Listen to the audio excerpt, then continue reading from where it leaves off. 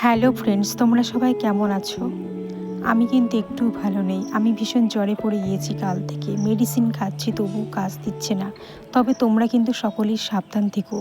এই জ্বরে যেন পড়ে যেও না। জ্বরে পড়লে কিন্তু ওঠা খুব মুশকিল। ওষুধ খেয়েও কমবে না। তো আমার ছেলে দেখো খেলা খেলে বেড়াচ্ছে। ওর পিছনে যে একটু আমি সময় দেবো সেটাও আমার দেওয়ার মতো পরিস্থিতি নেই। আজকে আমার বরমশাই যদি আমার পাশে না থাকতো আমি হয়তো কিছুই করতে পারতাম না।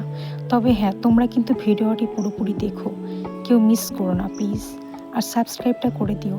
তোমরা পাশে থেকে অবশ্য করে, তোমরা না থাকলে হয়তো, তোমরা সাপোর্ট না করলে আমি হয়তো বড় বড় ইউটিউবারদের মতো আমার কোনো স্বপ্ন আমি সেটা হয়তো সফল করতে পারবো না।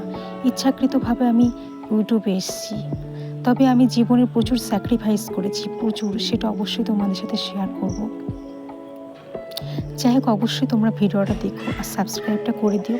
আর যদি ভুল কিছু বলে থাকি বা করে থাকি সেটা তোমরা একটু আমাকে কমেন্টে বলে দাও, কি করতে হবে না করতে হবে শিখিয়ে দাও আমাকে। আমি করতে চাই, আমার ভীষণ স্বপ্ন। যাই হোক, মুখরোচক একটু খাবার খেলে হয়তো ভালো লাগে, যার জন্য একটু তৈরি করে নিচ্ছি। ভাত তরকারি কিছুই করিনি, কালগাড়ি রয়েছে ফ্রিজে, সেটা দিয়ে আজ খেয়ে নেব। আর এই পকোড়াটা তৈরি করেছি, পেঁয়াজিটা তৈরি করেছি, এটা আমি খাবো বলে। আমার মুখে এইসবগুলো খেতেই বেশি ভাল লাগে, কোনো কিছু ভাল লাগে না। এই যে কালগাড়ি তরকারিগুলো রয়েছে এগুলো দিয়ে খাওয়া দাওয়াটা করে নেবো। খেয়ে এটা একটু ডাক্তার বাড়ি যাবো। দুপুরে খাওয়া দাওয়া করে বেরিয়ে পড়লাম ডাক্তারখানায় যাওয়ার জন্য। দেখো রাস্তায় কতটা জল জমেছে, মানুষের যাতায়াত করতে ভীষণ অসুবিধা হচ্ছে। এইগুলো আর পার্টির লোকের চোখে পড়ে না, কিছু বলে আর কিছু হবে না। যাই হোক, বাইকে বসে আছি তো ভীষণ ঠান্ডা লাগছে, ভীষণ ঠান্ডা লাগছে। কি করব, ডাক্তারখানায় তো যেতেই হবে। এই জ্বরটা যে এত খারাপ, তবে তোমরা কিন্তু সকলেই সাবধান থেকো।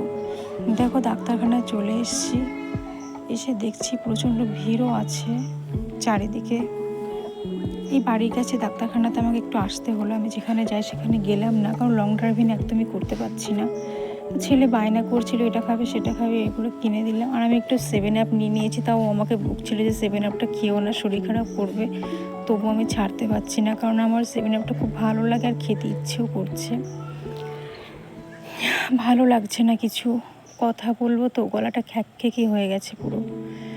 দেখো দেখানো হয়ে গেছে, দেখি সন্ধ্যাও হয়ে গেছে। বাড়ি গিয়ে যে কিছু খাবে সেরকম কিছু নেই, একটা হোটেলে যেতে হবে তরকারুটি নেওয়ার জন্য।